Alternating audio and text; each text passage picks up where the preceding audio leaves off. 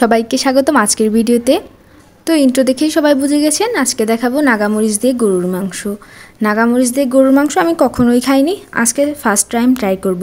তো সবাই না টেনে সম্পূর্ণ ভিডিওটি দেখবেন, আশা করি ভালো লাগবে। মাংস রান্না করার জন্য আমি সব কিছু প্রিপেয়ার করে নিচ্ছিলাম আর আমি ওদিকে জিরাটাও বেটে নিচ্ছি। আমি কিন্তু অনেক ধরনের খাবারই এক্সপেরিমেন্ট করে থাকি, তো ভালো হোক আর খারাপ হোক সেটা বড় কথা না, আমার এক্সপেরিমেন্ট করতে অনেক বেশি ভালো লাগে। আর আপনারা কে কে আমার মতন এক্সপেরিমেন্ট করতে ভালোবাসেন জানাবেন। তো এদিকে আমি মাংসটা খাবো পোলাওয়ের সাথে, তাই আমি পোলাওটা রান্না করে নিব এখন। আমি অত ভালো রান্না পারি না, কারণ আমি আগে কখনোই রান্না করিনি। যখন থেকে হোস্টেলে এসেছি তখন থেকে আমি রান্না করেছি, তবে আমার হাতের পোলাওটা অনেক ভালো হয়, সবাই আমার পোলাওটা অনেক বেশি পছন্দ করে। এখন সেই মেইন পার্টটা শুরু।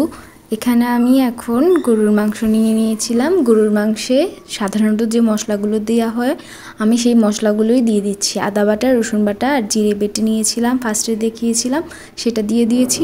তারপর কিছু গুঁড়ো মশলা দিয়ে দিয়েছি। গুঁড়ো মশলা দেওয়ার পরে আমি সুন্দর করে মাখাচাখা করব।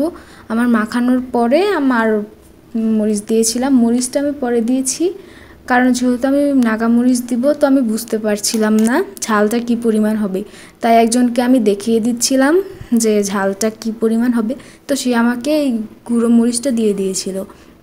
তারপর সুন্দর করে এই নাগামরিচটাকে কুচু কুচু করে কেটে দিচ্ছিল।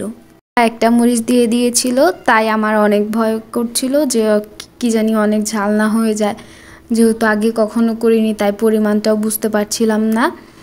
তো আমি এখন রান্নাটা বসাবো। আমার হাত কেটে গিয়েছিল তাই আর আমি কাটিনি, সে কেটে দিচ্ছিল, কারণ আমার হাত অনেক জ্বালা করছিল। মরিচের কিন্তু আলাদা একটা স্মেল আছে, যেটা কারো কাছে ভালো লাগে আবার কারো কাছে ভালো লাগে না, কিন্তু আমার কাছে ভালোই লাগে। তো যখন মাংসতে ওটা কেটে কেটে দিচ্ছিল তখন সুন্দর একটা স্মেল বের হচ্ছিল, আমার কাছে ভালোই লাগছিল, তাই আমি ভেবেছিলাম মাংসটা খেতেও মনে হয় ভালোই হবে। তো পরে রান্না বসিয়ে দিয়েছিলাম, এখন দেখার পালা যে খেতে কেমন হয়। আলহামদুলিল্লাহ আমার মাংসটা খেতে মজা হয়েছিল আর অনেক সুন্দর স্মেল বের হচ্ছিল, যে স্মেলটা আমার খুব ভালো লাগছিল। আর যতটা ঝাল মনে করেছিলাম অতটা ঝাল হয়েছিল না। আজকে রান্না করা পোলাওটাও অনেক বেশি ঝরঝরে হয়েছিল। পোলাওর সাথে মাংসটা বেড়ে নিয়েছিলাম। এই ছিল আজকের ভিডিও। আল্লাহ হাফিজ সবাইকে।